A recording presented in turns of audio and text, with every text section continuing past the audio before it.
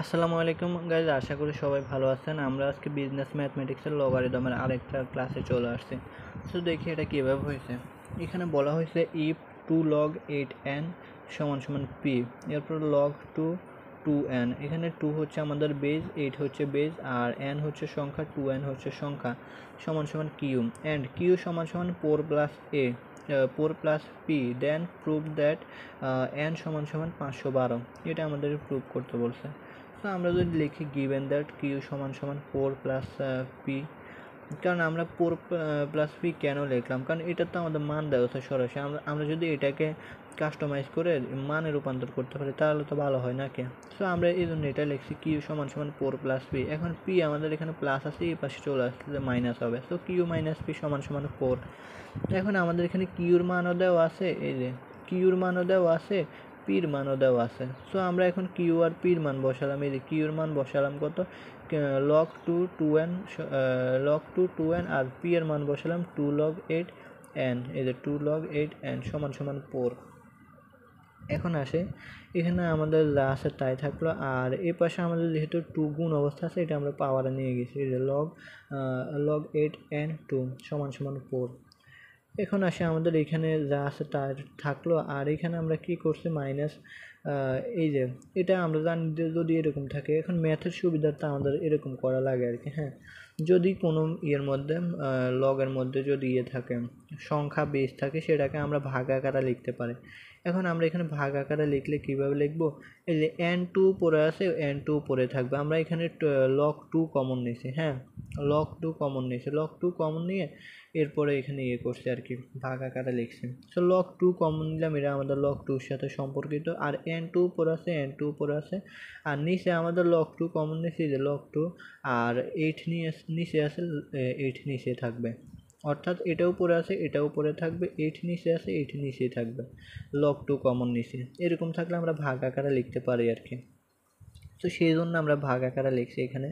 তাহলে আমরা যদি দেখি এটা কি ঠিক আছে কিনা, আমরা যদি এখান থেকে ভাগ আকারে যেহেতু আছে, log 2 কমন নিই, log 2 কমন নিলে আমাদের বেজ 8 থাকবে আর উপরে n2 থাকবে। সো এটাই আমাদের হয়, সমান সমান 4। এরপরে আসি log 2, এরপরে 2n minus log 2 n square, log 2 n square. এরপরে নিচে আমাদের যেহেতু এখানে আছে 8 আছে, সেহেতু আমরা এটা ভাঙ্গাই লিখছি আর কি, 2 টু দি পাওয়ার কিউব আর কি, সমান সমান 4।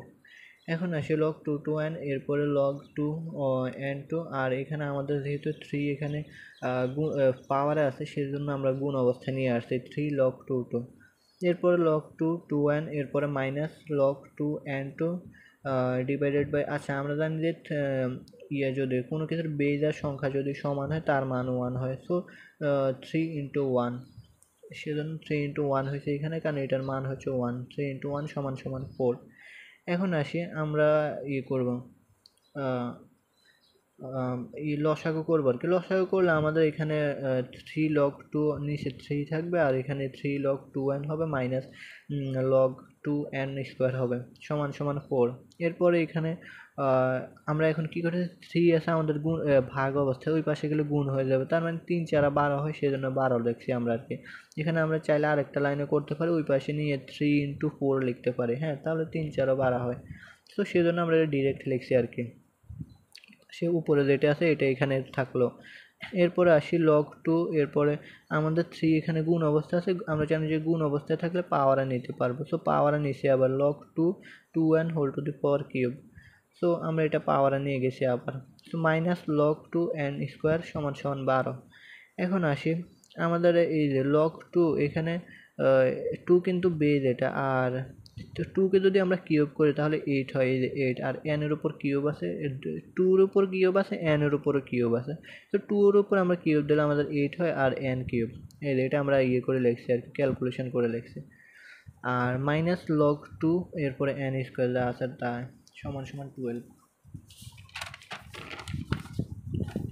এখন আমরা দেখি, এরপরে আসে log 2 8n কিউব। আচ্ছা আমি এখানে দেখাই করে, আমরা জানি যে মাইনাস বিয়োগ থাকলে ভাগ করা যায়, বিয়োগ থাকলে ভাগ আকারে লিখবো আমরা। সো এখান থেকে আমরা log 2 কমন নিলাম, log 2 কমন নিলে আমাদের ভাগ আকারে যেহেতু লিখতে হবে। সো উপরে থাকবে 8n কিউব, আর নিচে থাকবে হলো না n স্কোয়ার।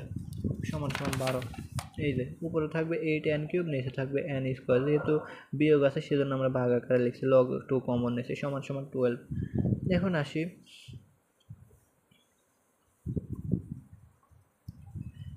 এখন আমরা যদি দেখি এখানে আমাদের n³ আছে, এখানে n² আছে, সো 3টা n থেকে 2টা n যদি যায় তাহলে আর আমাদের একটা n থাকে, ভাগ করলে আমাদের একটা n হয় আর কি। সো এখানে সেজন্য আমাদের 8n হয়েছে। এই যে এখানে 3টা n আছে, এখানে 2টা n আছে, আমরা যদি এটাকে ভাগ করি তাহলে একটা n থাকে। সো log 2 8n হয়েছে এখানে, সেই জন্য সমান সমান 12। এখন আমরা কি করছি, আমরা যে লগ উঠানোর সিস্টেম, কি লগ উঠানোর সিস্টেম হলো আমাদের যে বেস থাকবে বেসের উপরে ভ্যালু চলে আসবে, আর এখানে যে সংখ্যা থাকবে সংখ্যা যাবে ভ্যালুর জায়গায়। সেজন্য আমরা এই যে 2 এর উপর বেসের উপরে 12 আনছি, আর 8n যেটা আমাদের আছে সংখ্যা আছে সেটা আমরা ভ্যালুর জায়গায় নিয়ে গেছি। এই যে আমাদের এই সূত্র অনুযায়ী যদি লগ উঠানো লাগে, অর্থাৎ লগ যদি বেনিশ করা লাগে, তাহলে আমরা এরকম থাকে আর কি। ফাইনালি লগ xn সমান সমান a থাকলে দেন হবে হলো x whole to the power a, অর্থাৎ x এর জায়গায় x এর উপর a চলে আসবে আর n চলে যাবে ওই পাশে। এই সূত্রটা আর কি এখানে ইউজ হয়েছে। এখন আসে আমরা এটাও সাইড চেঞ্জ করে লিখলাম 8n সমান সমান 12। এখন আসি 8n সমান সমান আমাদের 2কে 12 করে পাওয়ার, তাহলে আমাদের 4096 হয়। n সমান সমান আমাদের 8 এখানে গুণ অবস্থা আছে, এই পাশে গেলে ভাগ হয়ে যাবে। সো 4096কে আমরা 8 দিয়ে ভাগ করলে n সমান সমান 512 হয় অ্যান্সার। এটাই প্রুভড। সো আশা করি সবাই বুঝতে পারছেন এই ম্যাথটা। এরপরেও যদি কেউ না বুঝতে পারেন অবশ্যই কমেন্টে জানাবেন। ধন্যবাদ।